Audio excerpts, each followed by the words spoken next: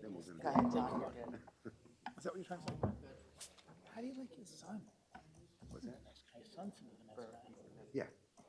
Yeah, actually, I like him very much. No, thank you. Good. I mean, I think you're for anything.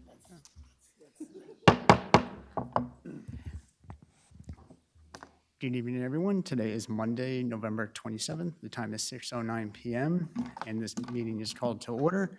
Please rise and join me in the Pledge of Allegiance.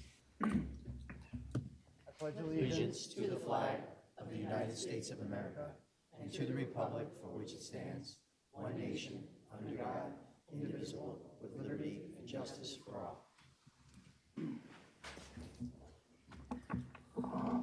Madam Clerk, roll call, please. Councilmember Brescher. Here. Councilmember Coyle. Here. Councilmember Harris. Councilmember Patel. Councilmember Patil. Here. Councilmember Pointer. Present. Councilmember Ship Freeman. Yes, here. Clerk, adequate notice, please. Notice of this meeting, as required by the Open Public Meeting Act of 1975, has been provided by the annual notice into the Home News Tribune, Star Ledger, Sentinel, and Desi Talk on December 1st, 2022, and posted in Main Lobby Municipal Complex on that same date. Thank you. At this time, we'll open up for oral petitions and remarks, starting from the list. Ms. Tar.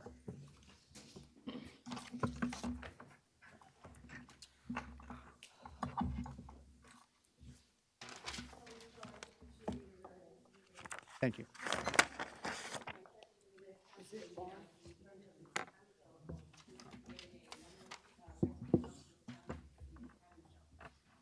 Mike's not working. Marlena, if we can just pause our time, please. Thank you.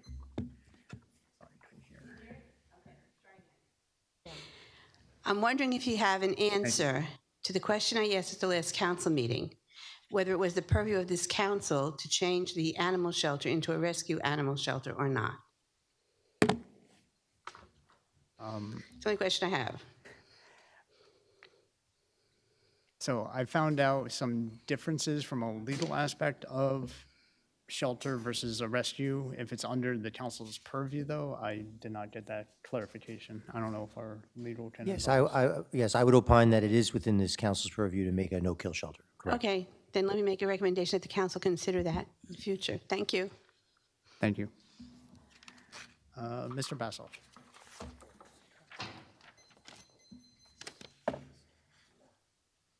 Joel Bassoff, 17 Beach Lane. Thank you. I'd ask for a couple of free tutorials on some items on the agenda, perhaps at the appropriate spot when it comes up on the agenda. Number one, on municipal finance, there's an ordinance to transfer bond proceeds to the capital account. And my question on that would be whether it makes sense to just prepay the bonds or the notes, and if we can get information on what interest rates we're paying on those bonds or notes.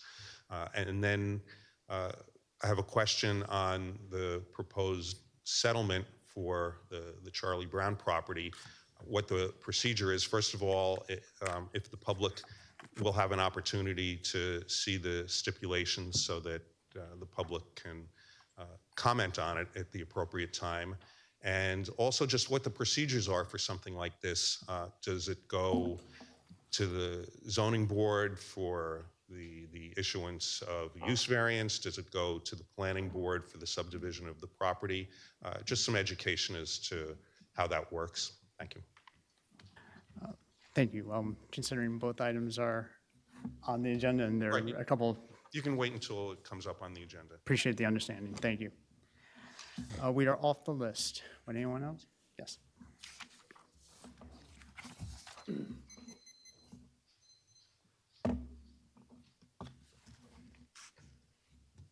Good evening, Diana Jaffe, 86 Laurel Hollow Court. Thank you. About a month ago, I came up here to talk about the Raritan Road, Inman Avenue T that had a blind spot for traffic, a dangerous one. I also talked about the Timberline Drive sign that's totally faded. You can't tell what the street is. and I was told it would be dealt with. Can I ask if anything has been done? To our business administrator, I don't know if you have any updates. I don't at the moment, but I will shortly. Thank you. Thank you. Anyone else would like to speak?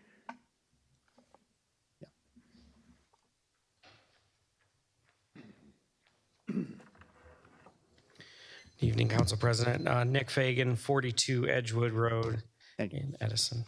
A couple questions. I see that the R647 from the Department of Recreation is back on the agenda, but I see it's for the same amounts. Was wondering if those questions got answered from Councilman Brescher as well as some of the members of the public in terms of the algorithm to figure out who's getting what, and then who or what entity the North Edison Athletic Association is when the appropriate time comes. And then regarding the construction work that's going on Plainfield Road, there's the county has done a project to do the water main, I believe, and gas main. The last I spoke with Lieutenant Turner in traffic, that project was expected to take 6 to 8 weeks. It's now, I believe, 8 to 10 weeks later, and it doesn't look like they're anywhere near done if you gauge from the amount of pipe that is at 220 Food Plainfield, which is their staging area. I realize this is a county project, and I see that the chief isn't here, but I was wondering if the business administrator could get us an update and the neighbors an update as to how much longer that project has got to go. And then the county's notice says the project was supposed to go from Oak Tree Road down to Oak Hills Road, but now they've gone south of Oak Hills Road and headed towards St. Joe's and then the railroad tracks. So are they are they intending to keep going into Metuchen and then so far and further south? So if you could find out that, please. And then I share the concern of Mr. Bassoff about the resolution, which doesn't have a number, from the Department of Law about 222 Plainfield Road. Would like to see the settlement agreement. The devil is in the details. I am excited, as well as the neighbors are excited, to see single-family homes. That's what we had asked you for, and we do appreciate that. But the details matter tremendously in these kind of matters. And so we would like to see the full stipulation of settlement agreement so that we can comment on it and see what you agreed to in the Whispering Woods deliberations. Cool. That's what I had. Thank you. Thank you. To our business administrator, if you can reach out to the county about the I do have an update for you, Council President. Perfect. So they've been keeping us apprised on a weekly basis. So as far as what Mr. Fagan, just to repeat what he had said, the crew is installing down Plainfield Road in front of St. Joe's. Since the high school is off, they were going to start some of the construction at 7 a.m. And the high school is going to be doing some events. So they're very cognizant in terms of the events that are occurring in the area.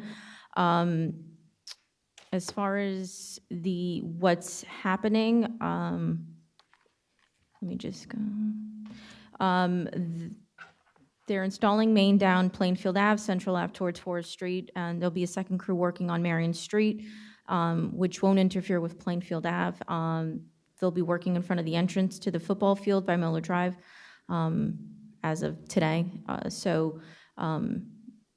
The project is ongoing. I can certainly try to get some sort of estimate. I've asked actually last week, and they won't quite give me an estimate in terms of how much longer, but I can certainly inquire again. Thank you. And just for clarification, is the work figured to go into the Metuchen area? That's what I have. I can also follow up on that. Thank you. And then in regards to the other two items, I'll bring it up during when we review the agenda. Anyone else like to speak for oral petitions and remarks? Excuse me? Oh, Mr. Orchid. Yeah. Sorry I'm late. I had traffic. Maria Orchid, 83 Jefferson. Thank you. Did you see 27 these days? It took me 15 minutes to get here. Wow. And that was coming off of 287. Okay, December 7th, the JCC of Oak Tree is going to be the menorah lighting. December 9th, Winter Wonderland, although I'm not sure what the times are for the Winter Wonderland. We're a little upset because didn't know the tree on Amboy Avenue was going to be lit. We like to do a little presentation. We fondly remember the years of a notable Edison resident coming to light the tree. Herbert Hoover, Santa Claus being there, a nice community event. With the Winter Wonderland, it seems that everything is coming down to Lake Papiani, and it's shorting out our wonderful mom and pop businesses on Amboy Avenue. Oh, yeah, Amboy Avenue. Have you seen it lately? It's a mess. It's been cut up by all these different utility companies. The wonderful road that was once paved is now as rocky as the moon. Beautiful Edison is doing a wrapping, I guess, fundraiser where we're partnering with Trek. So we wanted to know, can we have a box here for residents to drop off like wrapping on the bottles or bounties or toilet paper? If we get 1,000 pounds, we want to get a bench for swales. That's all I have. Thank you. Council Pre- Thank you. Yes, Councilwoman Freeman? On December 9th, there will be a Kwanzaa celebration at the Athletic Center at Plainfield Avenue at Job Corps, beginning at 12:30 on December 9th, Kwanzaa celebration. Thank you. To our business administrator, if we can find out if there's a process to have a donation box set up. Sure. Thank you. And then I guess if we can see if there's any opportunity to do a tree lighting in the future along Amboy Avenue. Thank you.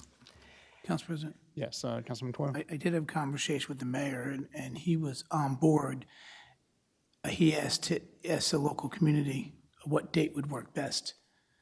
So I failed to get that to happen this weekend, but I'll reach out to someone across from me in a moment.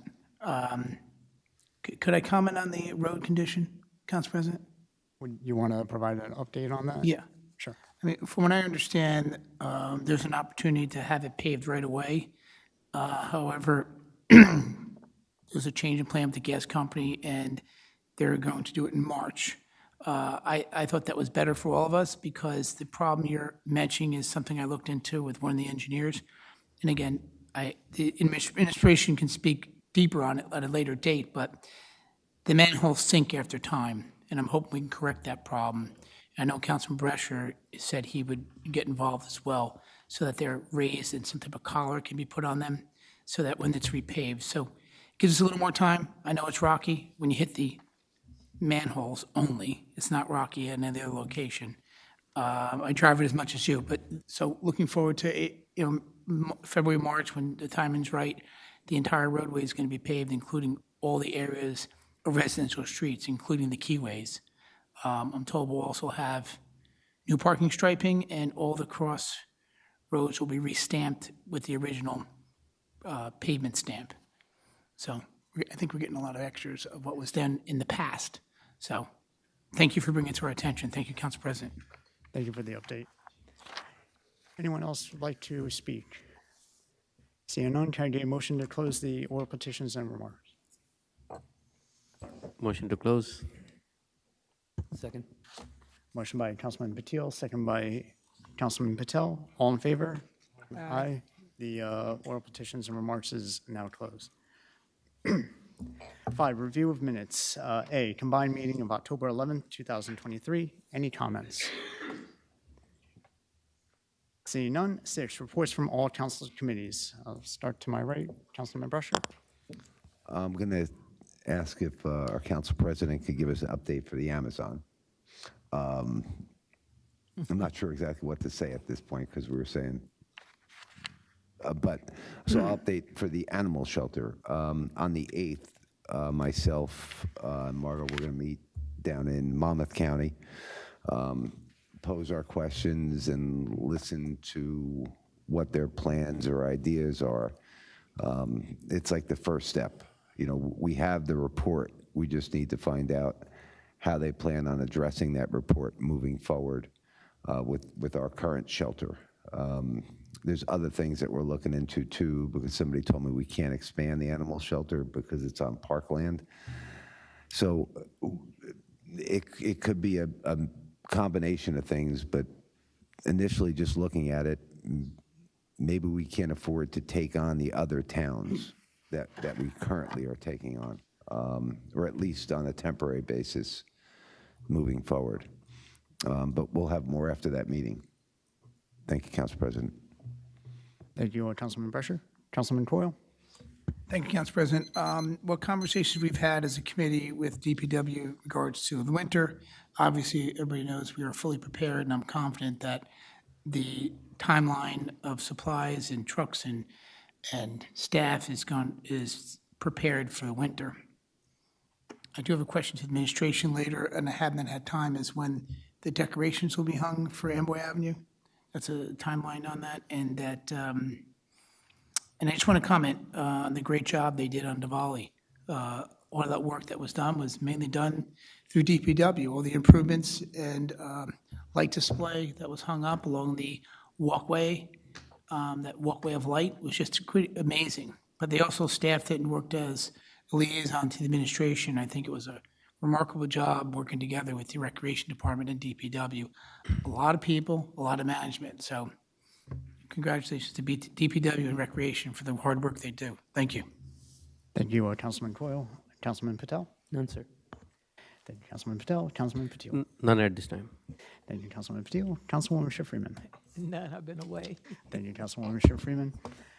For myself, the Deer Population Committee, myself, and I believe Deputy Chief Dudash are meeting with a couple of representatives from the Department of Environmental Protection on Wednesday just to check out a couple of locations within the township if a deer management program would make sense at any of those locations.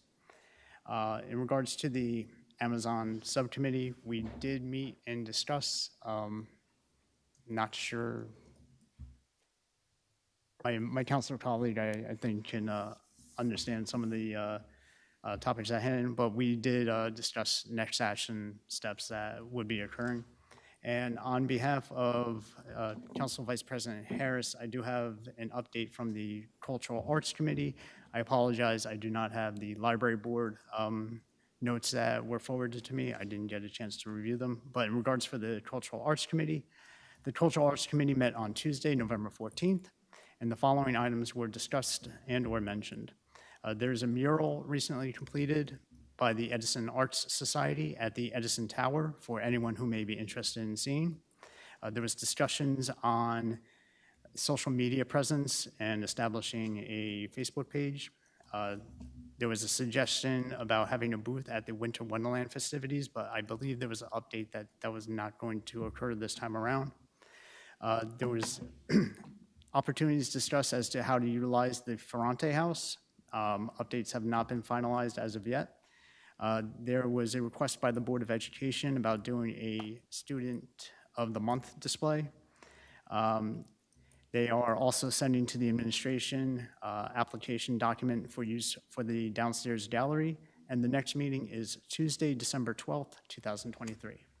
Any other subcommittee or committee reports? Seeing none, moving to points of light. Any points of light?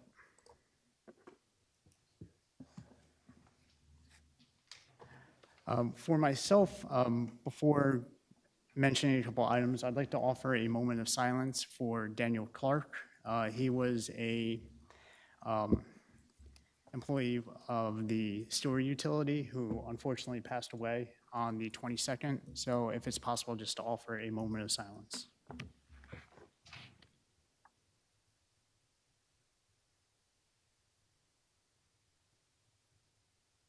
Thank you. Want to wish everyone a happy Thanksgiving who celebrated last Thursday. Upcoming events, Friday, December 8th is the Christmas tree lighting and Winter Wonderland opening at Lake Papiani. That will be going through from the 8th until the 10th, and I believe it's 2 o'clock to 9 p.m., but I'll confirm. On Wednesday, December 13th,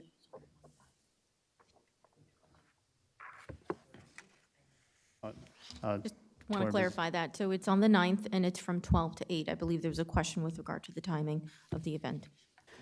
my apologies. So it's December 9th from 12 to 8. Councilwoman Freeman had mentioned about the Kwanzaa. Yeah, the Kwanzaa celebration, and it starts at 12, but it doesn't go that late. It's like from 12, oh, sorry. It starts at 12 o'clock, is at the Job Corps, right there in the Kilmer location. It starts at that time, so they'll have a Kwanzaa celebration that Saturday also. Thank you. And then on the 13th, Edison Township and the Middlesex County JCC will be holding a menorah lighting at 1775 Oak Tree Road. Okay, the JCC. What time is that, sir? I think it's 7 o'clock, but I have to confirm. Okay. Any other points of light? See, yes, Council Councilman Brusher. President, the JCC, was that the 7th or 13th? 13th. 13th. Okay. It's my first niece's birthday. At this time, we'll move on to review of the agenda.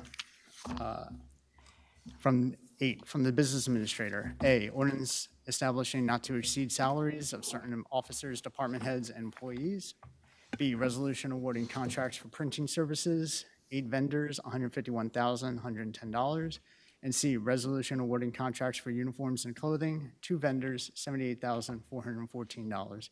Any comments, questions, or concerns? Council President? Yes, Councilwoman Freeman. You know, 8A is something, it just really bothers me that we keep pouring money into the top.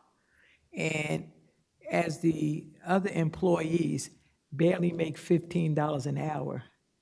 But we have all this money to pay all these top people. It bothers me that you have to be on Section 8 and have to get extra food and you work 40 hours a week. I'm really, really having issues with that about the people that's on the lower levels that, I think that if we want to do stuff fairly in this town, we need to bring the bottom up before we start giving out all the money to the top.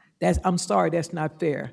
I mean, I was a teacher during the course of my life, and the people will know I worked a lot of years for recreation because you have to make up money when you don't make enough money. So me being a woman in female-dominated places, they don't seem to be able to pay people the proper money so they can live comfortably. This is the 21st century, and I know it's not just this town because I know it's throughout the nation, but we all need to wake up and bring the bottom up so everybody can live with dignity. And number B, the printing, I just thought that was weird, all this printing and stuff, and the, what is that, Illuminator is not even included in that, and don't we have printers in Edison? It's just weird that some of these vendors and some of these printers, for the small amount of stuff, we could do it ourselves. No. I'm like, why are we, because I know we okay in these printing stuff, because I remember us endorsing it saying yes, yes, yes. So why do we need printing? Why do we need machines and stuff if we're going to keep sending everything out to everywhere? Now, I know I didn't see listed. Maybe they do some business with her another time. We got a female printing business right here in town. So we should think more along that. And then the C, I want to ask the question about it when it says sports uniforms and clothing. So is that divvied out in the allowance that we allow the teams and recreation of sports to have? to our business meeting. Sure, that's for the Team Center program that's being held at the Recreation Program Department. The Team Center program, that's for the Team Center program. Sports uniform, it says, so that's for something totally different than the youth uniforms that they pay for, along with the programs that the youth we have, like say we have cricket, say we have different sports for the youth. That's not part of that. Which one are you looking at specifically? Because there's a I'm line looking item at here. C because I used to be a coach in all the different things, and I know that we used to have uniforms. You know, we would sell tons of candy and stuff and probably eat it and then pay for it ourselves, but there was tons of uniforms and stuff. So I just want to know, what are these sports uniforms and clothing? What are they part of the award of the recreation for the town that gives out uniforms to the children? Or is the money that's divvied out to the sports team, are they responsible for their own uniforms? I think we're talking about two different things. This is for township-related programming. That's why I'm trying to, I know, that's why I'm trying to clarify it with you, that we're talking about two different things. I want you to explain to me what the difference is. This is strictly for township programming. I think there's a little confusion because the title reads sports uniforms. So like under any of the recreation programs, my understanding, I know Councilman Brescia, you had asked about the basketball T-shirts, right? Right. My understanding is that would be used for the Department of Recreation. And yes, it's technically a sports uniform, but there are also other uniform and clothing items included. I don't know if that's how we have to type it up because that's how it's sent out from a bid perspective in terms of having to say sports uniforms specifically, but I can understand why that kind of causes some confusion to the whole matter. Thank you, Council President. Thank you. Thank you. Councilman Patil? Council President, on A, just want to ask a question on the ordinance itself before I even go into the details of the proposal here. Is our current ordinance intact in the sense it is followed in its own entity? Yes, we do follow the current ordinance. Because I do see some of the salaries are already exceeded the cap. There are no salaries here that have exceeded the cap. The current employee salary is more than what is, as of 2023, what the max amount is. Forget about the proposed. 24, 25, 26, I'm not looking at that. I'm looking at what it exists as of today, the max salary range, min and max. Do we have any department head that is making more than the max amount on the salary? No. Okay, then the supporting document looks like incorrect. Probably, we can read through the supporting document in that case. Number two is this printing. Are these the envelopes and the letterheads of different departments? And probably, most of, I think the printing is for our finance department. I think, those notices or those type of, that's the area? Correct. Okay. But it's a valid question that if some of these letterheads, we can print in-house because we have heavy-duty print machines. I don't know, it's a matter of buying good paper and use those color printers and use those rather than outsourcing. And the third one is really confusing. In fact, when I looked at, I also saw some council T-shirt that we get also wrapped into the whole. We have to put everything because correct. of the bidding laws. Correct. Everything is in the aggregate and related to commodity. Yeah, somehow the title, the sports uniform kind of misleads, but again, what the reality is, that's important. I did look into the details of that, but again, thank you for providing this information. The question through Council President on this particular line item, are we maintaining the inventory? Because there are hundreds and thousands of T-shirts that are getting printed. Are we maintaining that inventory by sport, by section, the way we did for DPW? Are we doing that here? We do. Okay, and we don't have anything left out from this year that we need to buy for the next year? I could certainly check for you Okay, as far as if there's any overflow, but depending on the sport or activity. Okay. But just to clarify, I mean, I don't know if you're done with your questions, but as far as the salary ordinance, is there a specific title that you've looked at that exceeded it? I looked at least I found 2 or 3 of them, they already exceeded. But that's for the, I think, Wednesday's discussion. Thank you, Council President. Thank you, Councilman Patil. Just because, yeah, I don't know if it's proper for me to state it, but there's at least one that I see, and I'll advise afterwards if that's okay. Yeah. Thank you. Any other questions? Councilman Brusher. Yes, when it comes to the salary. Just to clarify, I'm sorry, I apologize. That was a revised ordinance. If you recall, we'd put on a second bond ordinance to revise the tax assessor's position. So that's why this ordinance didn't include that update. But what I will do is provide a copy of that second salary ordinance to you all. So I apologize for any confusion. Okay. Council Councilman President. Brusher, sorry. Yes, with the salary ordinances, after our last meeting, in trying to work together so we don't have to be here till midnight, I had some conversations that the council should be part of conversations before it just pops up on our agenda. And many people, when I was down at the league, told me the same thing. You know, most mayors or administrations meet with their entire council about everything. I told them that that's not true. That doesn't happen here in Edison any longer. But in fairness, I wanted to do that. So what I did was I reached out to Bob Deal. I asked him if he could set up a meeting with myself and Sonia, specifically about this ordinance. He was going to get back to me with dates that were available with the business administrator. And to the date, he hasn't. Now, after I sent you that email today, Sonia did respond and said I can come up at any time. But yeah, I'd like somebody with me to make sure that I'm communicating correctly what I'm looking for. Because I know that there's been miscommunication, it seems, or misunderstandings. So I'd like somebody at that meeting. And there were many issues that I had with this. Number one, certain people you're increasing their. So let's just take, I don't know, like a prosecutor. We have people that aren't at the top of that level correctly now, so why would we increase it? So there's questions like that that just standard, you know, kind of management questions that the administration should give us. Originally, I heard that, you know, we were talking about really a 3% raise.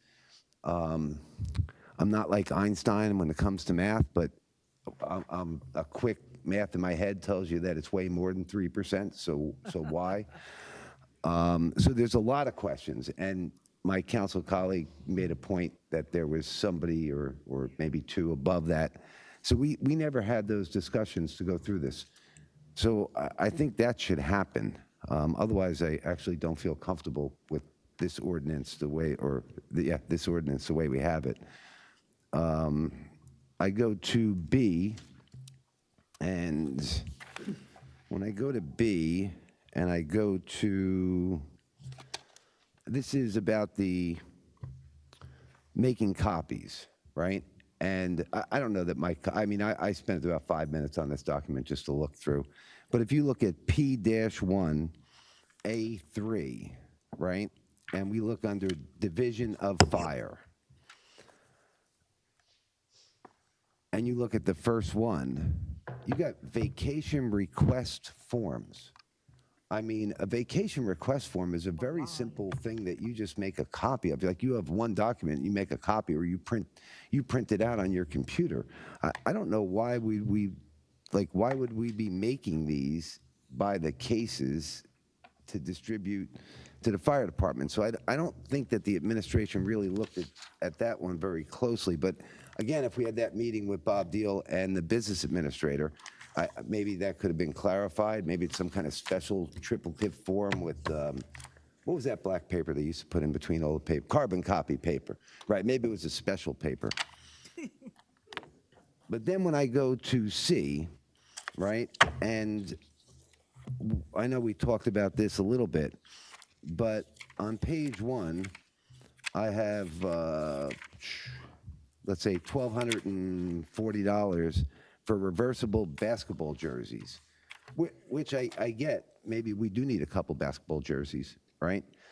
But then I got basketball hoop shirts, and over here I got another basketball shorts. I got 1,000, 2,000, 3,000, 4,000. So it's about $6,000 of this whole whatever, $78,000 for basketball shooting shirts and shorts and stuff like that. What are we doing with this? And so we have a basketball league, right, that later on we're giving money to. Is that the same group of children, or is this a different group of children? It's a whole new sign-up, so it would potentially could be different children. But is this a separate program? Like we do basketball, so do we do baseball? Do we do football? Do we, like all the other youth sports, what do we do for them? What makes this different that it's basketball by the township as opposed to the $10,000 we give that league for the basketball? I think it's 10,000, maybe it's 8.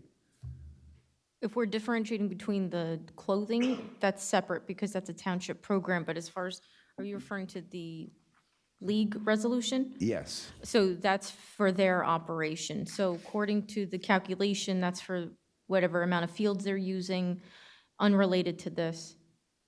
So the township does basketball, and we need to buy them like basketball jerseys and shorts. It's our programming, so it's usually offered.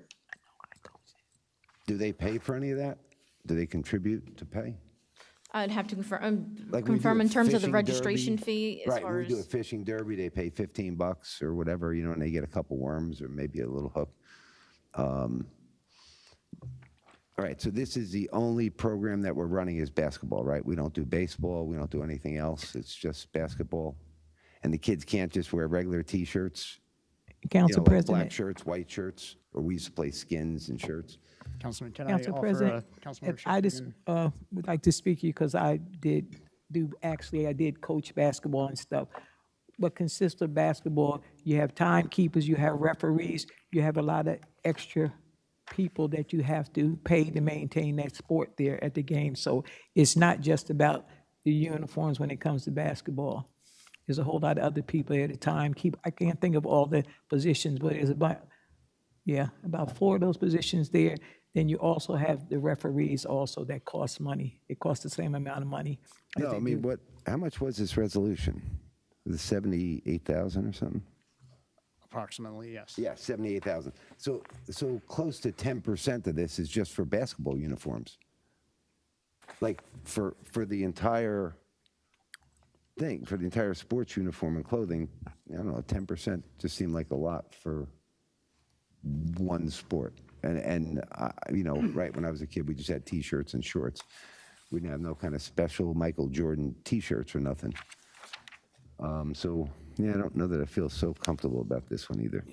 But that would be a Council President. Thank you. Thank you, Councilman Brescher. If I can request to the administration to provide us the bid specs for both of those items, I think that would help. My guess is that they would have to have like the cuts on the inside just to know what type of outfit that they're producing. Thank you. Any other questions, comments, or concerns? Council President? Yes, Councilman Coyle. I could be repetitive, but for the salaries, can I get the current list of salaries for those positions? And also for this consortium thing, each year the council usually gets shirts or jackets or a jacket for the incoming council president or a jacket with a different name change for the outgoing council president, because so I don't see anything on here for shirts for the council. So I know there's a list here from the clerk's office, so I don't know. Is that just the location of what department requests? Clerk's office, Hawk Graphics? Is that something for their department, I imagine? If so, can we be added to this list, or is it too late? And this third question is, the DPW department has done a great job with supplying shirts to all the staff, and it looks great when we're out there and we have a uniform, people can identify with that. We're not Amazon making a delivery, it's a township employee on your sidewalk. So I just only see about a couple $100 for Public Works. So I'm just curious where that could be adjusted if needed. That's all I have. I'm open to pull this if the council president or other members agree. Not pull it, just pull it to table it temporarily. Or have the answers by Wednesday, whatever works. And I'll resend out the salary ordinance if that was not provided. I apologize. I think the bid specs would. Oh, you just.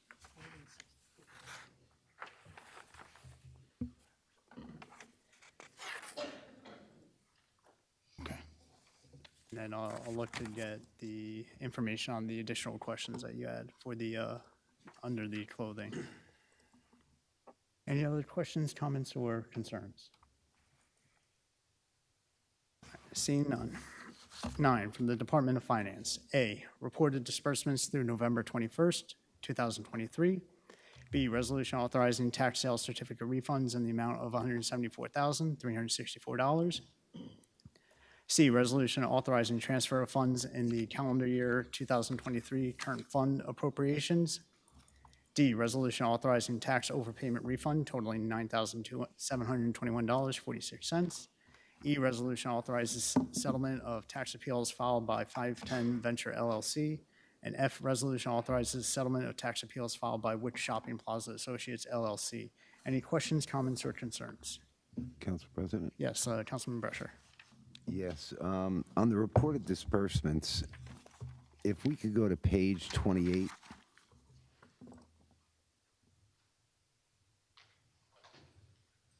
Item 15 and 16.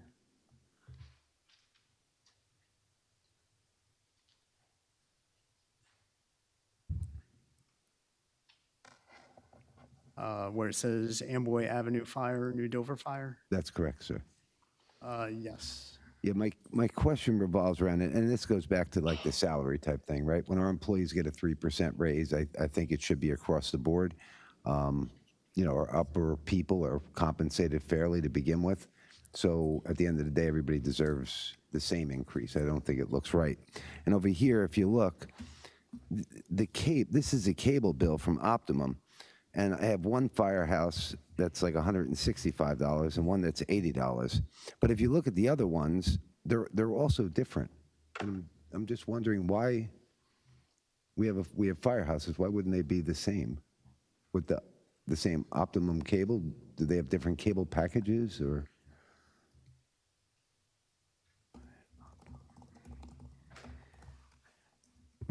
I apologize. I'm not trying to I be will rude. definitely just look into typing that them. in terms of the package. I'll look at the bill and I can send you copies of the bill. Right. If you look, they're all different. That's why it just seemed kind of odd to me. And then on C, you know, I objected the last time we did a transfer when we were taking money from the police department when crime has been up. You know, when crime goes up, you don't cut that department. So, you know, it's kind of really against that. And over here, I have a similar type thing where we're taking money from our seniors that, to me, I don't know that we're taking care of our seniors to the utmost. So I don't think that's a good idea to take it from their line item. And I just wanted to go on the record with that one also. And that would be a Council President. Thank you, Councilman Brescher. Any other questions, comments, or concerns? Council President, Yes, on Councilman Patil. B, I did send my questions to you. And hopefully we can have some answer by Wednesday. On the amount, how much amount we keep or we gain in terms of tax, interest, anything forfeited, premiums. You know, I can get quarterly numbers or I can get probably 2022 numbers and where it gets categorized. But I can wait till Wednesday to get that answer. I believe, Sonia, you had sent a response to that. I didn't get a chance to fully review it, but I did. If I could just repeat the numbers for you. So for 2022, we collected $104,837.13 before the tax sale and $54,444.87 during the tax sale. That was a total of $159,282. And your second question was how this fund is classified in the budget and where it resides. So revenue for tax sale costs and fees is included in the budget as in 2023, interest and costs on taxes. The budget number was included there, and that's $400,000. And then in 2022, interest and costs on taxes, $399,431.81. Thank you. I'll look at the budget. Thank you, Councilman Patil. Any other questions? Any other questions, comments, or concerns pertaining to items from the Department of Finance? For myself, Council President, before you move, I think, there was a question on both the tax appeal, and this was a question to the attorney to check if there is any donation contribution made by any of these entities to any of the elected officials sitting on these dais. I think this was takeaway for the attorney. Yeah, it was a request from Mr. Reno. I'm going to presume Mr. Michello is unaware at the moment, but I will abreast him of what the request was to Mr. Reno. Thank you. Thank you. Any other questions, comments, or concerns? Just to, for myself to make comment on the transfer resolution, I understand the point that my colleague makes in regards to transferring out from the seniors account. When you look at the budgeting account at the moment, what has been used in comparison to what's appropriated, the total percent hasn't been utilized as of yet. So that 40,000 that is looking to be transferred over, I understand the point, but from a totality aspect, I don't think it's actually going to be utilized. That is not to say I don't disagree with that more of the funds should be utilized in regards to attending to our seniors. But just as a totality of what's appropriated in our budget, it's not a big hit as to what's currently been utilized. Yes, I mean, I do understand that other departments have funds that are unused. What I'm saying is that if those funds are there, they should be allocated for our seniors. Like, that's where I'm going with it. It shouldn't be sitting in an account. It shouldn't go into a general fund. It shouldn't be transferred. It should be used on our seniors. And the same with the police department. You know what I mean? There's other places I think that they could transfer funds. But, Council President, I have one more thing I'd like to say. I missed it. I just wrote a little note. But I think we're sending the wrong message with our disbursements, because on the disbursements, I noticed that we purchase water. And while I guess that doesn't seem unusual, the only part that to me seems unusual is that we own a water company, right? And I mean, typically, if I was making a product, right? If I was making a Chevy, I would drive a Chevy. I wouldn't drive a Tesla if I was making a Chevy. So here we are, we own a water company. We should have the best water in the country. And we're purchasing water on the outside. I just think it's the wrong look for the township, that's all. Thank you, Council President. Council President? Yes, I had read that at home, I was baffled by the money being taken from the seniors. I also seen the 40,000. I'm saying, well, evidently that goes to show that we're not spending it properly, that there's a lot of programs and a lot of different things that if you prepare for them now, then that money can be spent. You know, there's a lot of place and interest and stuff. I mean, I got a list of things, and I got a lot of list of things from other seniors that would ask you why that money was not being spent on some of the things that they would like, you know, because it's not just the clubs. There are other seniors in this town that are very, very interested. And I'll give you another list, Council President, and maybe you can push the list along, okay? Thank you. Sonia, you'd like to make a comment on? Sure, I just wanted to clarify in terms of the transfers, that does not prohibit or inhibit us from spending what we've already allocated in terms of police and seniors. If anything, with seniors, we've added those trips back and obviously it's separate from any clubs and what they may be doing. So we've continued the programming. So we have not displaced any of the funds inappropriately in any manner, and that includes for police and seniors. Thank you. Any other? Yes, Yeah, Councilman Council Patil. President, a quick question on this transfer. I don't like once you allocate or once you budget a specific department and if you don't use that fund, I think it should go either in surplus so that we can take it back to the same department following year, because once you set that as the dollar amount, say for 2023, I'm pretty sure 2024, the same will slide. This is probably the way to, add more money into the budget, but not to spend it and repurpose somewhere else. It's very bad practice in terms of not using the budgeted money. Is there any reason that we are transferring that into, not transferring into the surplus or something? My understanding is that there are accounts that, I don't want to call it overdrawn, but are in the red. This would put it into the black. Correct. So if there are accounts that have overexpended, and of course it's the last quarter, that's why the transfers happen, so that we are able to bounce because we can't spend more than what we've potentially allocated. So in order to do that, that's why we have transfers, and we've done them on numerous occasions, usually around this year. Anything that we do not expend, that obviously then does go to surplus, to your point. Understood. Is there a way by Wednesday we get the revised, I would say, not 24 budget, but at least end of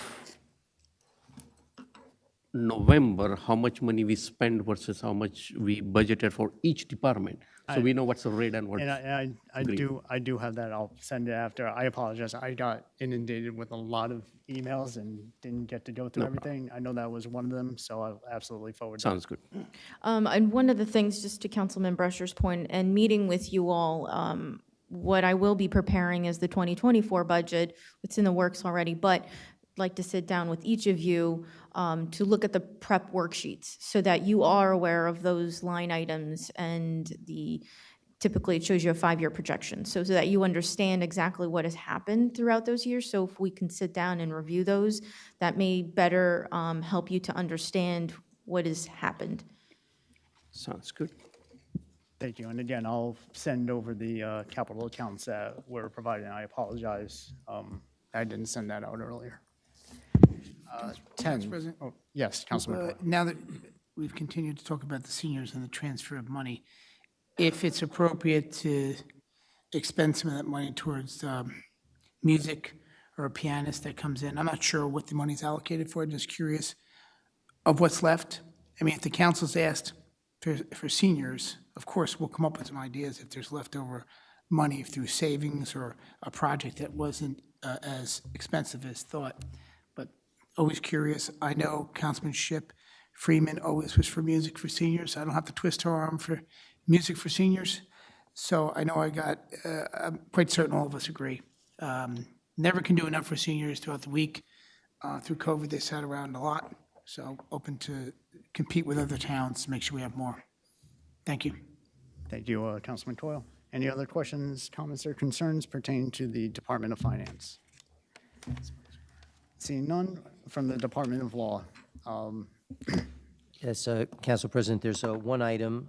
It's a resolution for settlement. This item was discussed at length at the last council meeting with the Law Director, Lou Ranone.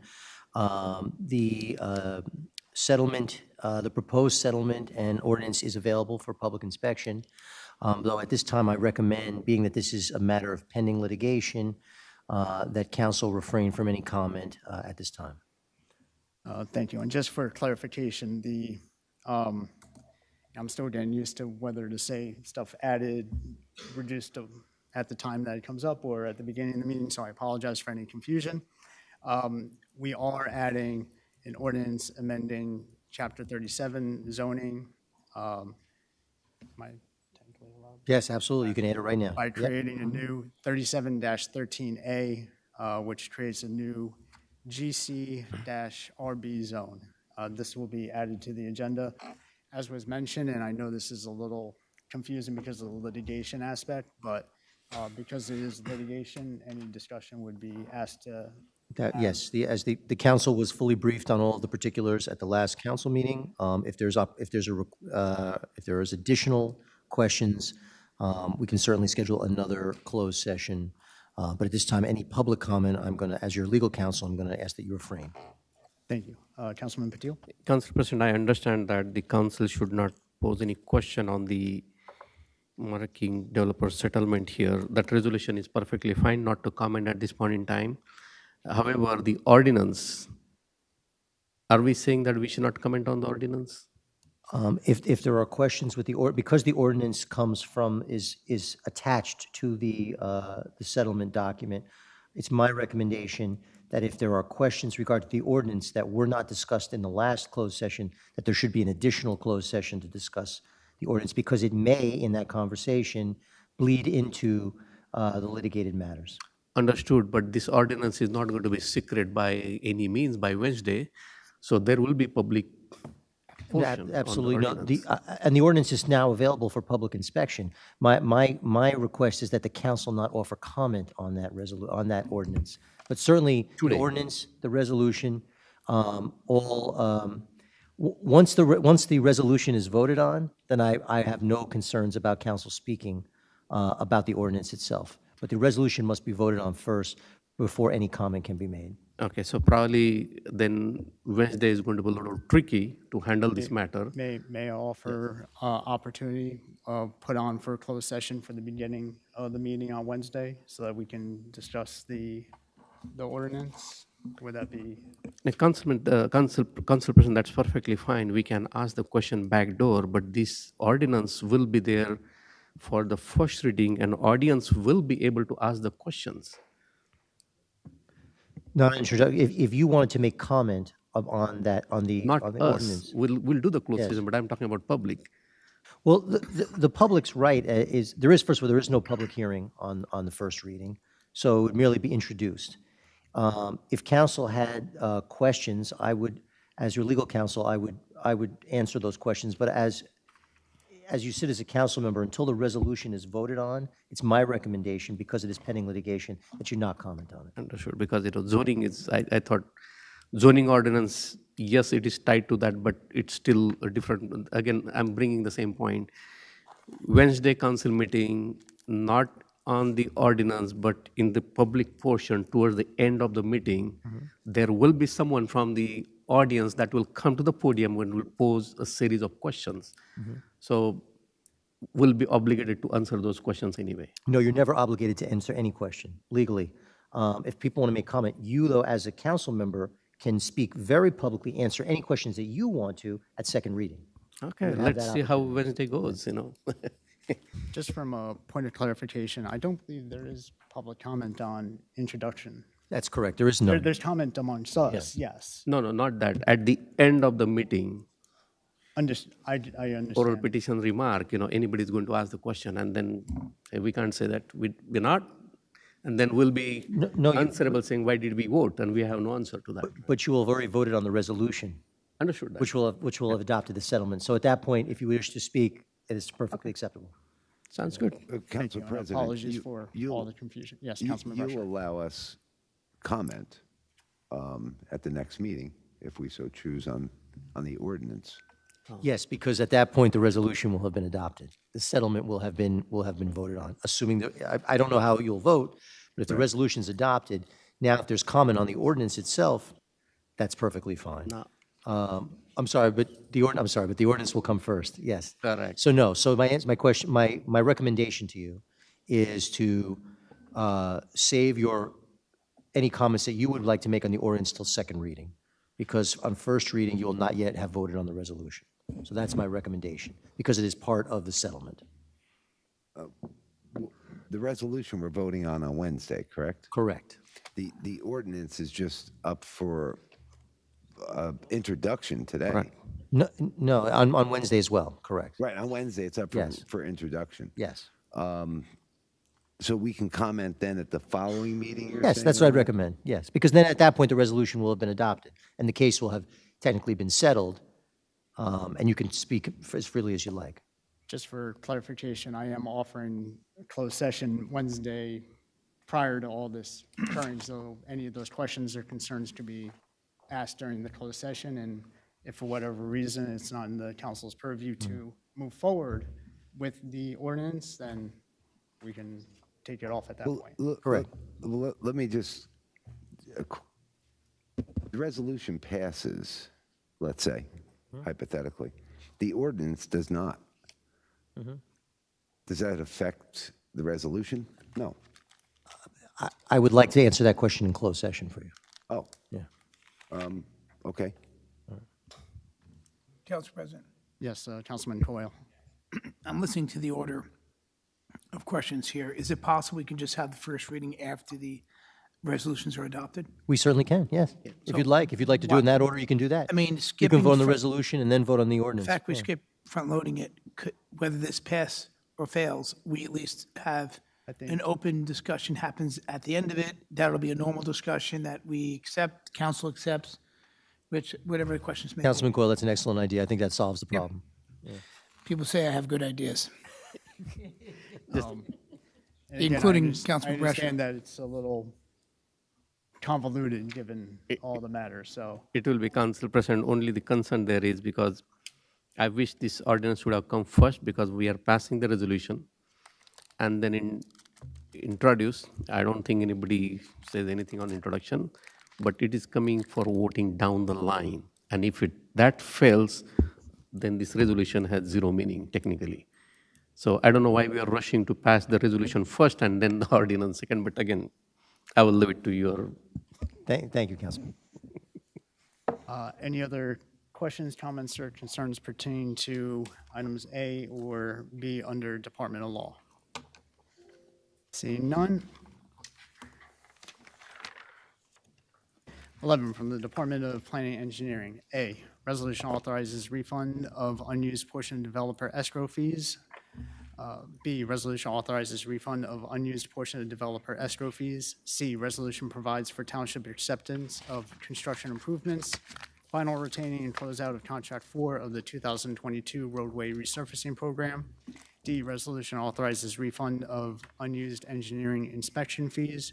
E, resolution authorizes refund of unused engineering inspection fees. F, resolution authorizes release of cash maintenance bond. G, resolution authorizes release of cash maintenance bond. H, resolution authorizes refund of cash performance bond. I, resolution authorizes tree maintenance bond refund. And J, resolution authorizing mayor and township clerk to execute an agreement with the county of Middlesex for the milling and paving a portion of Old Raritan Road in Edison. Any questions, comments, or concerns? Council President? Yes, Councilman Brescher. This J, right? Is this like a joint project? Is what it kind of looks like to me, right? That it's like a county project and an Edison like Edison's doing part of the road and the county's doing another part? Old Raritan Road in Edison? I might have misread. I thought they were doing, It's by the Thought- county yeah, I thought the specifically? county was doing all of the paving. I don't think it was, But now that's a township road or a county road?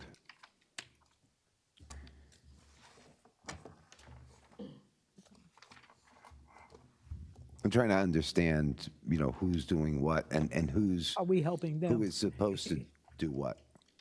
yeah, from my recollection, I thought the county was going to be doing the entire road. Old Raritan Road from the county border line to Jenna Lane. Which I think would be from Woodland Avenue up to the first left, which would be Jenna Lane. Like if you're going northbound on Woodland Avenue, making the right there, going from there to Jenna Lane, which is the first residential property on the left-hand side. I guess my question is, why would we be having the county pave our road? So similarly to, I'll take, for instance, Parsonage Road in that area. So because the plan is to essentially get all of it done, sometimes if the county's already out there, it's worth the while and worth the money for them to do it while they're out there. This is one of those cases. So the county's not doing Old Raritan Road, they're doing another road. No, it's Old Raritan Road.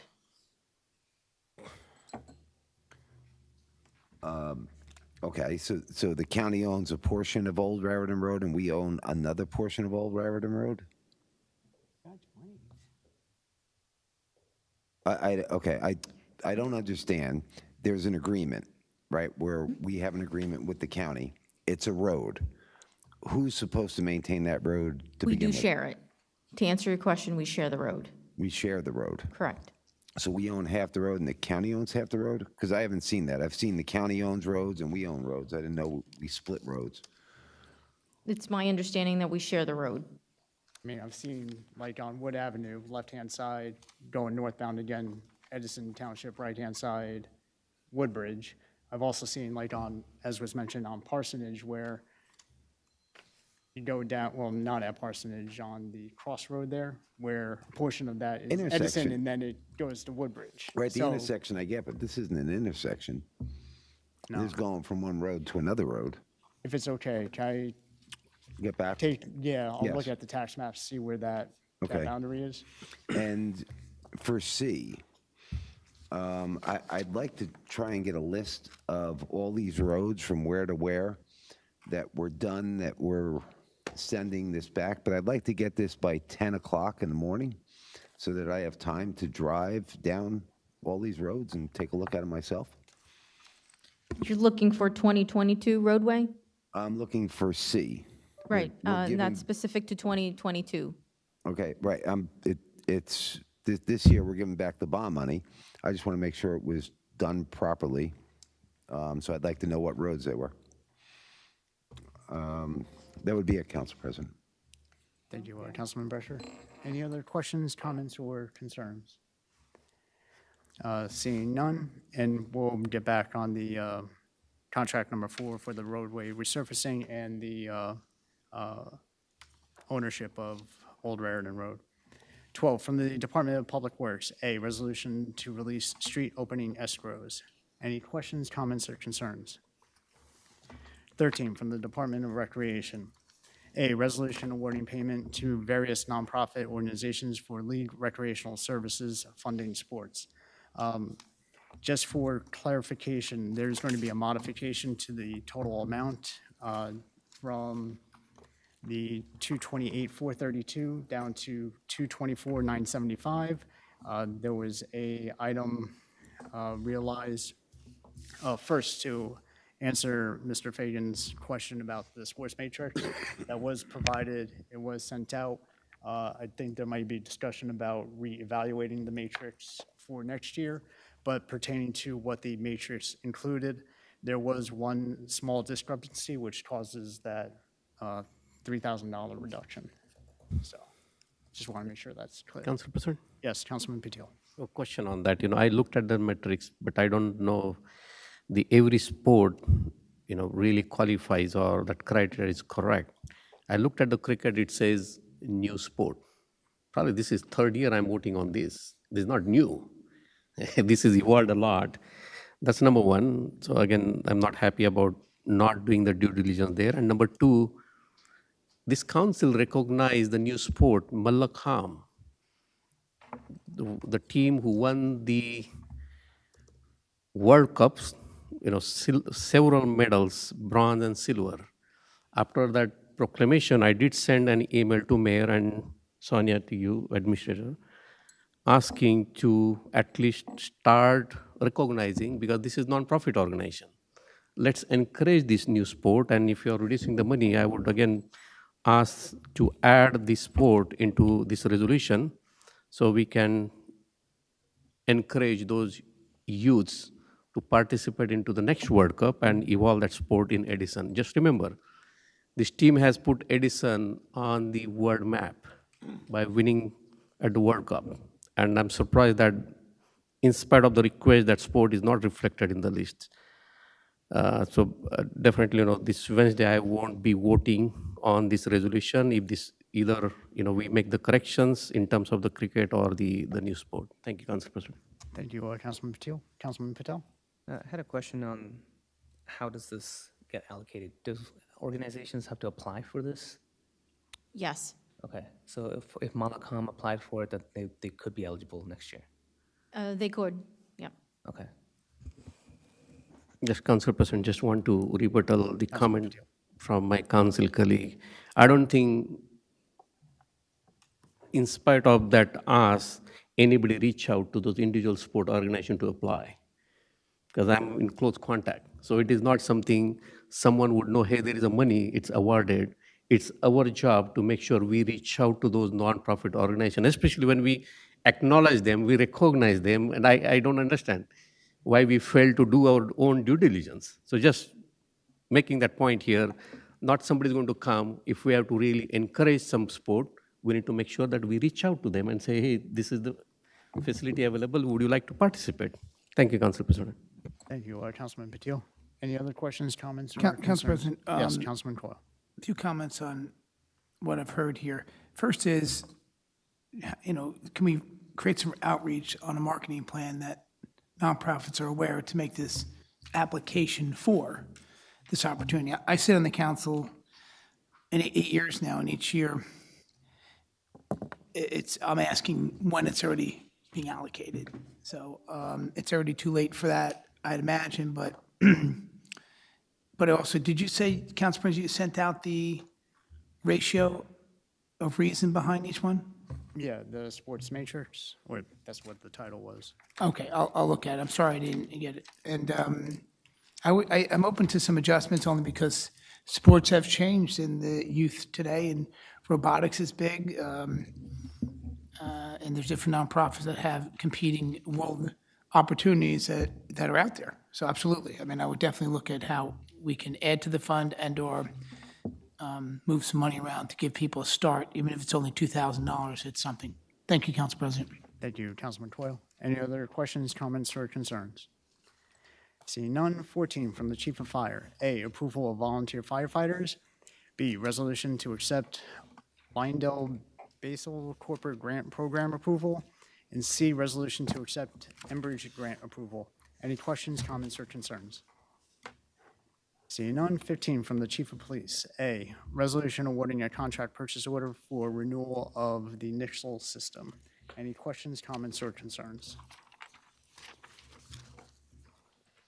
Just for myself, I think it's good that we are re-upping this program. I believe the backup did say that we are expanding on it in terms of the notifications that could be sent out, and I look forward to hopefully continuing using this service. Council President, Yes, one comment. Whoever from the township monitors that, I got an alert, I guess, like a month or two ago.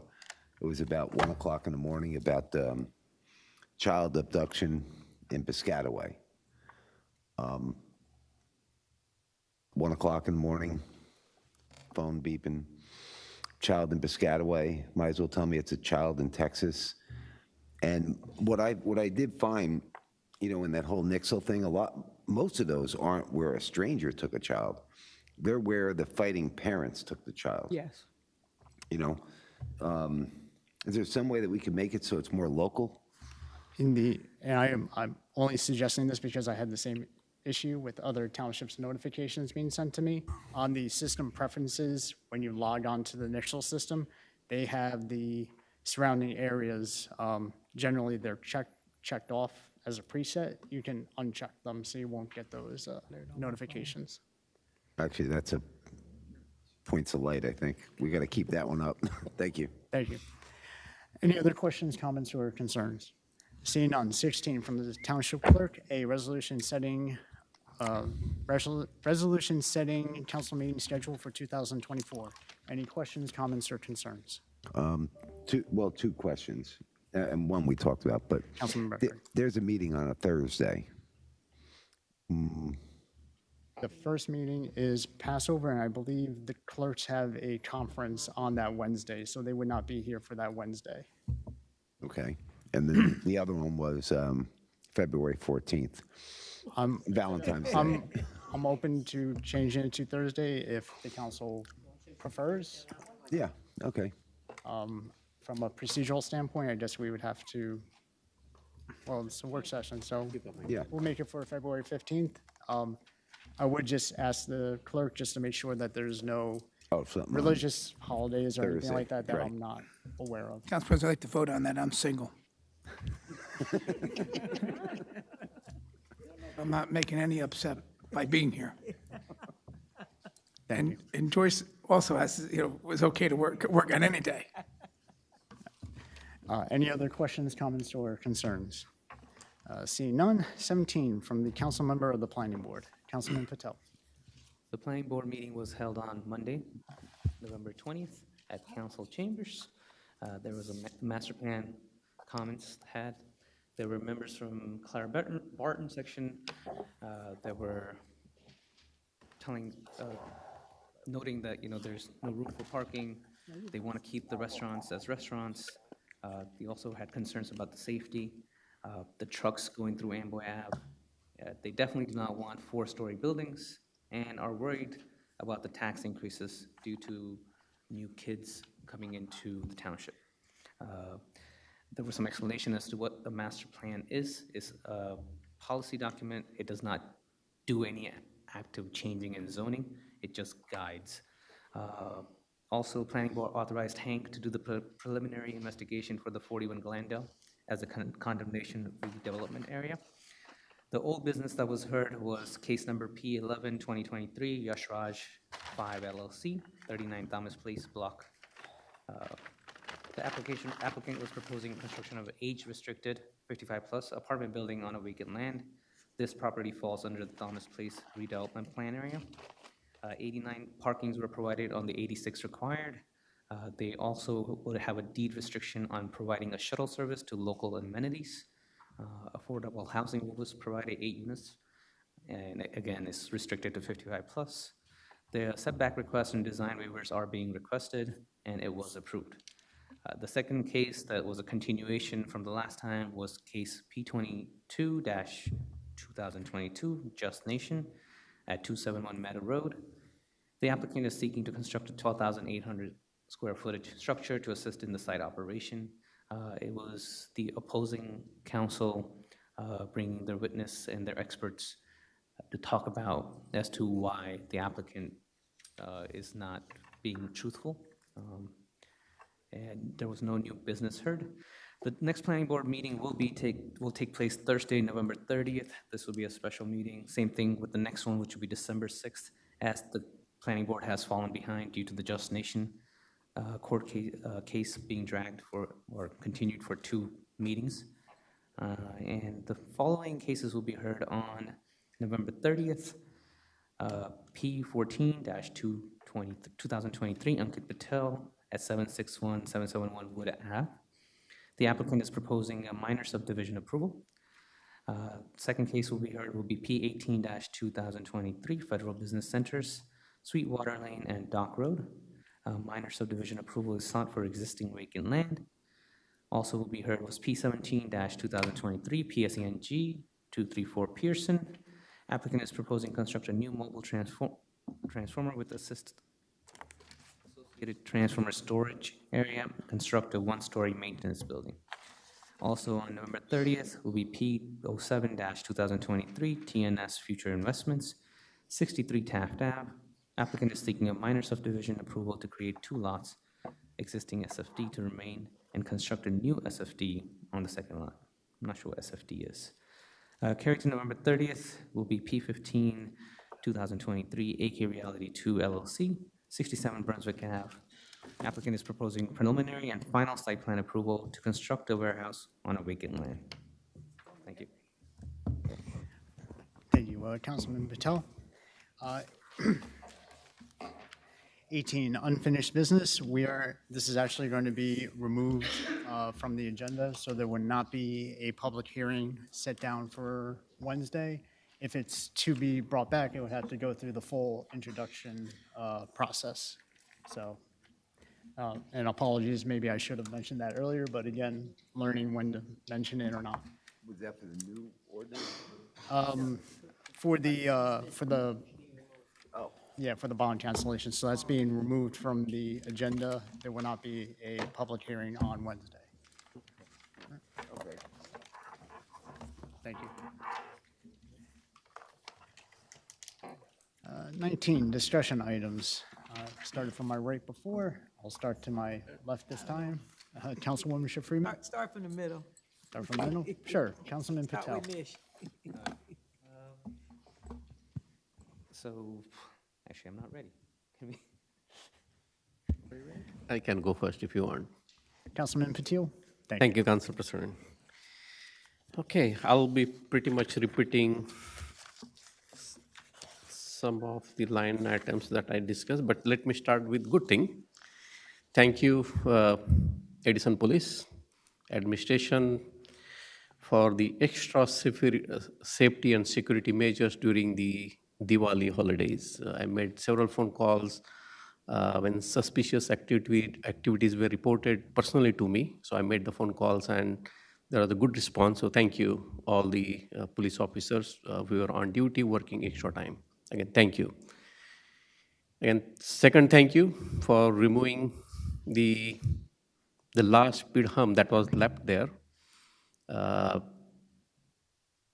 there is one thing that I think DPW needs to do is remove the speed hump sign. They removed the speed hump, but they didn't remove the sign. So if you can please note that down. On the Grove Avenue, there is a section that this council supported to reduce the speed to 25 miles an hour. However, there is one sign left, 35 miles between Adams and Calvert. When you come from Metuchen, it's all the way up to Adams. That signal is 25 miles an hour. And again, for few hundred feet, it's 35, and again, it becomes 25. So it's confusing. So if you can please remove that sign, and just probably the next council, not the next council meeting, because this will be an ordinance, so maybe we'll have to replan extending this Grove Avenue throughout all the way to the Inman, probably sometime in January. 2023 paving list. I know we didn't do any paving in 2023. From the 2023 paving list, it was 2022 we are carrying. So did we merge 2023 and propose 2024, or how that's working out? Again, I'd communicated to our engineering team, and they were finalizing the list, and I will follow up with them again. Okay. Also, if you can please take feedback from TPW, because I sent few requests to them to patch holes, and they did report that this road needs to be repaved. They can continue to patch this. So if you can take the feedback. Which road specifically? Fisher. Fisher. Yeah. The flooding area, the Calvert Stephenville, this is my probably 5th, 6th year I'm bringing this up. I saw the supporting document, but it only talks about the Huntington. In fact, I was pitching in for Warwick, Nottingham, that entire neighborhood. So I don't know where the ball is dropped. Are we doing partial or are we doing full? I know for the fact that CME had worked on this project. They had completed the design work, but I seen the supporting document only Huntington. So if you can please provide me the additional information on that. Also of the Summer Street, continuing the flooding area. Kilmer Road, this is my 4th, 5th month I'm bringing up. There is no striping. It's a quite wide road, and I think 2 cars one way going, but there is no middle lane. That needs to be fixed. The tankers on the Akbar restaurant. This is probably again my colleague councilwoman brought this up several times. I also brought this several times, but I still see you say, the property owner is storing, and this is the violation, the zoning violation. I don't know why we are not able to enforce this. Rave Inman, 1198 Inman Avenue, thank you for your last email that you have raised the request to PSEG to cut the branches so county can remove this tree. Do we know the status? The tree will actually be removed by the township. What the utility company came in, cut the branches. Good. And now DPW will be able to go in there unless they may need to call a different company, which I think may be the situation. So I'll follow up to see exactly where that's on the tickler. Thank you. It's a good progress on that. Thank you. I appreciate that. The other property, 715 through 723 Durham Road. This was probably second month I'm following up on the property cleanup. I did reach out to zoning officer. I know you had sent an email forward from the health department, didn't help. There are machines on the property, but there's no movement there. It's probably 2 months. I think either it's a time to issue the summons and get this cleaned up, or we go and clean up and issue the bill. We can't have the neighborhood, that neighborhood is not happy. I think the another one, Amboy Avenue and Maplewood Avenue intersection. I sent email on October 29th. This is very dangerous intersection. There is a bus stop on the Amboy Avenue. Kids are crossing this intersection. The request was to put the stop sign. I don't know, we are 2 months and I don't see any traction. As of last week, it was still going through the traffic division review. Okay, if you can please give me the update probably by next council meeting. The another important thing, the summons they were issued in 2021, these were all political related summons. They were fierce election, and I personally sat with mayor, with township attorney, with the zoning officer, and we all agreed the summons were improperly issued. So we established the protocol of issuing the first warning and then issue the summons. The summons were dismissed in 2021. They popped up again in 2022. They were dismissed. Again, they came back in 2023. So I don't know why these summonses are not going out of the system. There are several. There are more than 100 summonses. It's my understanding we haven't formally dismissed any summonses, but I'll double check that for you, because the list that I received recently for those years did not get formally. In fact, just before this council meeting, I got a text that his summons was supposed, he was told that it is dismissed, but he got notice today that it is scheduled for January. I don't know who 24. you're speaking to specifically, so. I'll give if the you got a examples. list. I'll send you the examples. The another line item is the late fee. So late fee, these are set by the ordinance, right? The fire department, the fire marshal, the letter goes out to either to the businesses or to the homeowner association. I saw the line item there. If it is not paid by this due date, amount is double the invoice amount. I don't think, this council has ever passed any type of ordinance to set the fees, late fees, double the invoice amount. And often the penalty is higher than the actual bill. So I'm surprised, how this is happening. Is this something fire marshal department is taking their own decision, or this is set to the ordinance? These are specific to fire prevention? Yes. Okay.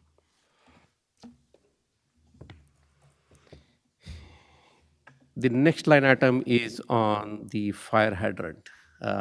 Again, we had several discussions on this dais. When the Hana Road folks came in here, they spoke about the fire hydrants are not working, especially in that neighborhood, including the neighboring community.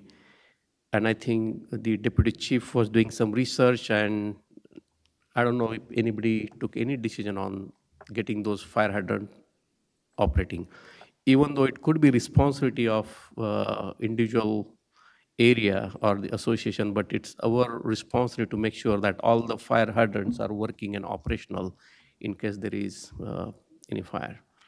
If you can please follow up, this is very critical line items. I'm bringing this third time. This needs to be mitigated shortly. This means we need to change ordinance, so it be, but let's get this done quickly. The other line item is solar operated speed limit signs, the flashing signs. Again, this was, I think, 2 months ago I spoke. I was told that the cost is very high. I don't think cost is very high. I looked at online, even the commercials are available around $4,000 to $5,000. We are spending millions of dollars on the capital project. I think it's a high time that we should start investing money into this area. And the last one is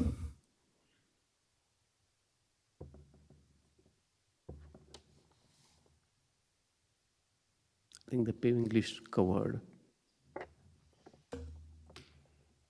That's it. Thank you, Council President. Thank you, Councilman Patel.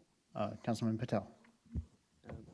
Sonia, I wanted an update on the website as to what's going on.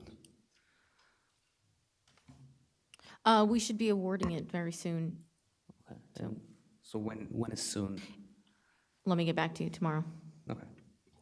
And then I know during the questionnaire in the last meeting, one of the suggestions was the cybersecurity multi-factor, right? MFA is multi-factor authentication. Are we looking into getting that done? Is that I'm guessing that we part of the Office 365? It is part of the Office 365. Okay, and when would that be going live? I provided an update at the last meeting, so that's ongoing. Right now, they're working on the back end. Okay. So hopefully by the new year, we'll have Okay. the installation. I know the pedestrian crossing solar lights. I'm gonna wait for Ray when he comes back, so I'll ask that the following meeting. And I wanted to ask you about that idea for Amboy and Calvert. When do you think you can get back to me if we can do that pilot or not? This is for the striping. So I got your email this afternoon, and I included both the traffic and engineering, because ultimately they would need to do some sort of traffic study in order to make sure that that is feasible. Okay, and assume I'm new at this. How long would that traffic study would take? I'm not sure. I don't want to give you a timeline because, again, this may be something new. I haven't seen this come across. Okay, thank you.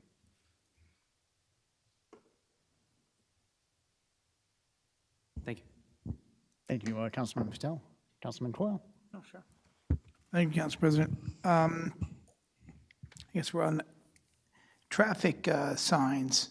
I know it was just brought up something maybe similar, but it seems like we never have enough of these traffic billboards. I know we use them as message signs too. I think they're just great for us. How many we have, I don't know, but as we produce our budget for 2024, I'd definitely like to see more as they're shared for money purposes. The other part was an economic development committee or coordinator. Years ago, we had a paid staff person that did that. One of my council colleagues, talked about warehouses becoming data centers rather than fulfillment centers. But unless we have someone in place to try to recruit this why behind what the public may want, it just seems like anything that's being produced in Edison is produced through an organic interest of the investor only. When and if we have an economic development coordinator, a paid staff person, they would go to recruit to find out what's best in the interest of the public or what's the best suitable opportunity for the town. And they can go out and recruit that person. Anybody who receives a phone call from the mayor's office or for a township employee already feels an automatic invite. To say it's easy to build anywhere in New Jersey for an investor, I'd believe that they'd say it's challenging. It's challenging in Edison to get something done unless you know how to navigate. So it would increase the opportunity for investors coming, knowing that we're friendly and we would be acceptive of these opportunities. The other portion of this economic developer committee or coordinator, which would be a paid person with this expertise, is that you hear from time and time again, the public will say, I'd love to have, they have this wish list of things they'll never want to do themselves because it's too much work to open up an ice cream store, an Italian ice shop, a steak shop. It's a lot of work and it's a big investment, but they want it. I mean, it's no question. We'd all like to see these novelty shops in our community, and why stores are empty is part of this reason, because the realtors don't rent stores, they sell homes. There's an economic reason why they sell homes, because the commission is almost driven by the interest of living in Edison, and it can happen in 90 days. Stores, landlords usually don't pay to fill a store that's 2,000 square feet, so it doesn't have anybody interested in pushing that need or shopping that need. But we definitely have a dynamic group of residents, and it's important that we start to play that role to fill those stores, to get specialty opportunities in the town. I remember a council colleague from a different town coming over to our coffee shop and asking them, hey, would you like to come to South Plainfield and open up a place? And that's more of what we need to do, is knock on doors of pre-existing restaurants and different locations around the town of stores we may want in our neighborhood. And I hope we've talked about this. I know it's in the queue, but we truly need to push as a council to make this happen. What people see today is organic growth by investor only through the sale of what's being sold and when we find out when it's being sold. It's not like this township is on MLS or GMLS to know what's going on day to day. If you look at the operations of a small town like Carteret, that mayor knows everything for sale day by day, hour by hour. We're such a big town, it's challenging to do that in an administration. So if we had this person, we'd be aware, and if we had an interest to protect that piece of land, no different than Silver Lake, we could have protected that, knowing when it went on the market. But if we don't act, it's too late, because the investors out there move a lot faster. But we definitely have the tools to do that. So I hope this council would, push to get behind this. I know we've all discussed this individually, and we know the purpose, but I just wanted to extend other reasons why an economic development coordinator would help. And it's that small retail store that keeps our downtown or our neighborhood, charming. It's having, an opportunity for a specialty store over another service. I mean, because it seems like our town by default becomes a lot of services. And services are great, but you need a combination of services and specialty stores and restaurants to make a town great. So that's my main discussion for today. I'll leave it at that for now, and I thank you, Council President. Thank you, Councilman Coyle. Councilman Brusher? Yes, we had that little rainstorm the other day. We need the street sweeper. Can I get a list of what roads every week the street sweeper does? And I'll tell you what kind of happened. It's just a quick little story. The prior administration on Grove Avenue, I'm talking about it's flooding in front of my home. They told me that they had to change the heads on the sewer grate. And they told me it was a new law. Yet, when I walked with an engineer and showed him a sewer grate that was about 100 feet away, that was the other type of sewer grate head, he couldn't explain how the one was in there and not the other. So in other words, in front of my house, they put the most restrictive grate that leaves don't go down. Since the leaves don't go down, it's not like I don't clean in front of my property, but what happens is I have two hills on the right and left of me. And when it rains, the water washes the leaves down and they get stuck in the grate and Grove floods. So the prior administration, before every flood, used to send the street sweeper down. Now in 2 years, I haven't seen it. I think my council colleague here asked for a list of when the street sweeper came because I complained about it. And I'd just like to get a list of, like every week, I'd just like to get an update. It's a simple thing. The guy does street sweeping. DPW has a record of it. They can just email me and say, these are the streets that were done. I'd just like to see that we actually have somebody manning the machine and he's driving around and he's doing streets, that's all. The next question was Floyd Street. That was that small street that we had by J.P. Stevens. We're looking to get a sidewalk for the kids. We've been talking about it for 4 years. The past administration said that there was a stream. This administration doesn't really know much about it or the need for it. So if maybe somebody from the administration would like to come out around 2:30 and we can walk around 2:30, 3 o'clock when the school's out so you can see the importance of it, I'd be glad to show you, but I'm going to ask every week. So I'd like to get an update on Floyd Street. Polanski Park is another one. I was told by somebody in the county that we paved the parking lot. It didn't look paved to me. But this was the basketball court again. We approved a bond, and the past business administrator, Maureen, gave us a list of parks that we were going to do, and Polanski Park was on it. It was approximately $500,000 for a basketball court. So I'd like to get an update on Polanski Park. The flooding, I kind of got a little update, but the flooding by Calvert, I had a couple council people that were working on it, and the last that I heard was 2 councilmen. One is no longer a councilman, he's part of the administration now. But the 2 were, just needed signatures from the neighbors to take care of some flooding behind the homes. So I'm wondering where we are with that, because the response that I got was like, we're going to look into doing the engineering for all of this. So it's almost like we're speaking separate languages. But I'd like to get that resolved so that at least the administration is on the same page with the same flooding area. And Bob Deal, I think he has an office somewhere up by the BA, so they should be pretty close to know what we're talking about.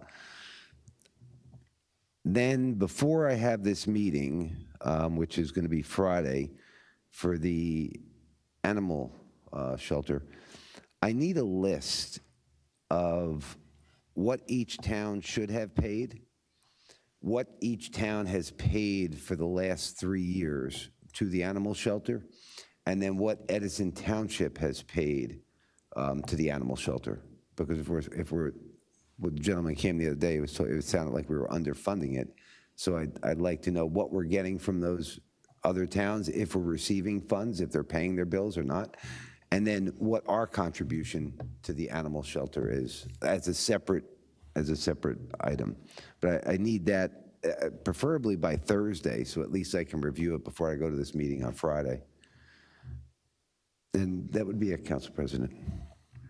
Thank you, Councilman Brusher. Councilwoman Schifrin. All right.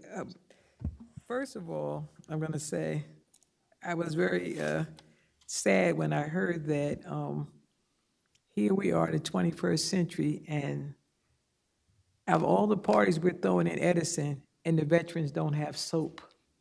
I was reading that they didn't have enough soap in the Menlo Park and different veterans places. I'm very fond of our veterans because of them. That's who I am.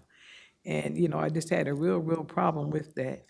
Then I noticed that today we have an open space. I didn't notice this committee just today, but I noticed that they were stating that they're tearing down all the good green life and they're putting up 12 plastic fields. So, I don't know. I just have a problem with us getting rid of grass and trees and stuff all the time. I think that's very important for the environment. And I think when we flood out, when we don't have enough trees to absorb the water, then, that's when everybody will start screaming and saying something about it. And also, I would like to, some questions were asked, and I would like to get better answers to them, because, everything online is not true, so I like to get answers from here. Now, there seems to be a Green Acres or something issue with the senior building on, what is it, Idlewild? Is that true? Is that's what holding up the doing it or whatever? No, it's not holding up any issue with the building. We're looking into whether there was removal of a tank at some point and the Green Acres. So there's a couple of things that we need to just confirm. So who are you going to confirm? You're going to find it from the state? From the DP, state? yeah, and we have to go back to our files to see exactly what was done. It's not holding up the construction. Okay, so, and also the animal shelter and the land that is on, is there problems with that also? The animal shelter is also on Green Acres. So What we're trying to engage with with an architect, once we'll put an RFP out, is that rather than expanding to the side, we would create a second floor in order to make the facility bigger for what it needs to be done as far as use. So from my understanding, we're having like green acre problems all over Edison. This is a bit much that we're having that green acres programs. And last but not least, with the senior different programs and stuff that you could bring to the senior building, a lot of seniors do not like to go out at night because they don't want to do the driving. You know, some people suffer from cataracts and other things, and there's a lot of good programming that they could bring, just like Councilmember Coyle stated before. They'd like a nice little, you know, only cost a couple of $100, like a little jazz program in the afternoon, something going on. I mean, you know, there ought to be things for our seniors that make them want to come out. And some of the seniors, they just don't want to be with just clubs that actually represent themselves. They do want to be more involved, as they keep telling me the different things. And as I know, a person that was in charge of the Zumba, she asked me, she said, what does your town do as far as Zumba Gold and different things like that? Now, if you have a facility that only caters to the people 80 and up, you cut off a lot of people. Like, because even, I think the state starts it at 62 or something, where you have these young seniors that usually I meet in Woodbridge half the time, because they're over in Woodbridge in the mornings with me at 8 o'clock in the morning doing different things. So that's why, you know, I get really stressed out about us not putting enough time in to the places we should. And I just would like to know how much green acre property are we trying to get rid of in Edison, or, you know, trying to make some adjustments to? Because as someone explained to me before, they said, hey, it's not like it used to be. They won't be satisfied until there's nothing left but a blade of grass. Now, everybody and the young people and everybody claims that they're so environmental. They care so much about the green and about us being able to breathe. But I don't know what's going on with that. And lastly, I've noticed that there's more than the amount. Every time I look in a news break, there's another lawsuit to Edison. Like, I mean, the amount of lawsuits with suits we're getting is getting to be like a little bit ridiculous. And who authorizes them? Only the administration authorizes, and the lawyer takes care of those behind the scenes, or we don't have to okay the amount of money that's going out for the lawsuits? We just sit back and whatever you want to give somebody if they have a lawsuit for you. I mean, it's getting to the point where it's getting ridiculous, because the amount of lawsuits reflect on us. It reflect on this town. So, you know what I mean? So let's just go to Edison, let's get us a lawsuit, you know, because they just settle real easy. And that's how they do it. And I'm just saying, I'm quite disappointed with that. And I'm very, very disappointed with, I say it again, with the veterans not having the things that they need. Thank you. Thank you, Councilwoman Schiff-Freeman. To our legal, to Sonia, can you advise on, I guess from a financial standpoint, what happens when the township gets sued? Yeah, absolutely. First off, we have no control about who sues the Township of Edison. You know, any plaintiff can file just by, you know, filing the requisite filing fee with the court and file a complaint, whether it's valid or frivolous. As far as settlements are concerned, this council authorizes our involvement in a joint insurance fund.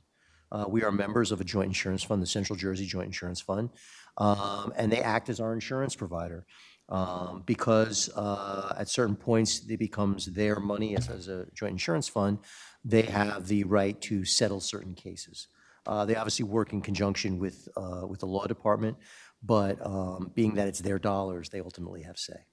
Hopefully that answers your question. Yeah. Thank you. I don't know if there's any other. Council President, can I get clarity from our attorney? because it sounded like it didn't cost us anything. But Oh, no, it costs us definitely, yeah. oh, it definitely does. Our premiums, And- yeah. And the more claims we have, our premiums go up. Is that like my regular insurance? Like after I get in an accident, right? My premiums kind of go up. Not necessarily claims, they'll look at a few things. They look at not just the amount of claims, they'll look at the settlements of those claims, how much it cost. So a case that we were able to dispose of very quickly may not have a very large impact at all on our claim history, as they call it. So things that go into are obviously the amount of claims, the amount of claims and the ultimate exposure on those claims. How much does it cost us? Now, let me ask And that'll you- affect our premium over the 3-year period that we enter into contracts with the JIF. Okay, quick Yeah. question about the JIF. Do you know who runs the JIF? The towns, each town is a voting member on the JIF. Who's our voting member? I couldn't tell you. I don't know who our voting, we could certainly find that out. Right. You know what I'm looking for is, could we get a list from the JIF of all claims, like paid out overall? To see claims how that- run? Right, to see how that kind of looks as far as rates that Edison is paying. Because we're talking about this type of JIF, right? There's multiple JIFs. Oh, there's many JIFs. I'd say there's maybe upwards of 50 JIFs in the state. Right, and where I'm going with it is, I know when I was on the Board of Education, they had an issue with prescriptions.